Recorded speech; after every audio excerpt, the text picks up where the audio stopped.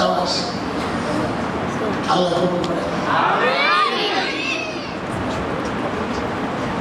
আল্লাহ বলতেছেন ওই পরীক্ষায় পাস। চলেন নবীকে জিজ্ঞেস করি, ইয়া রাসূলুল্লাহ, বর্বরদের নতুন পরিচয় একটু বলেন তো।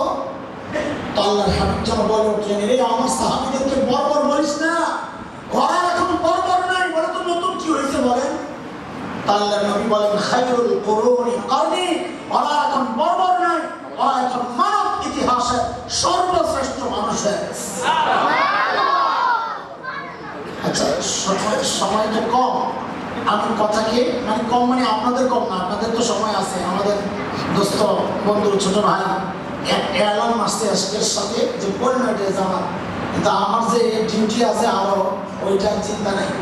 আমার তো এসব নামাজ পড়তে হবে চকবাজার, ওখানে বাংলাদেশ ওইটা পড়ে যেতে হবে নারায়ণগঞ্জ আদরজি, ওখানে শেষ 11টায় টাইম নেওয়া, একদম রুটিন হিসাব করে চলতে হয় মিনিটে মিনিটে। এই জন্য সময় খুব বেশি যাব না, একেবারে আমি ঠকাবো না ইনশাআল্লাহ। ছোট্ট জায়গার মধ্যে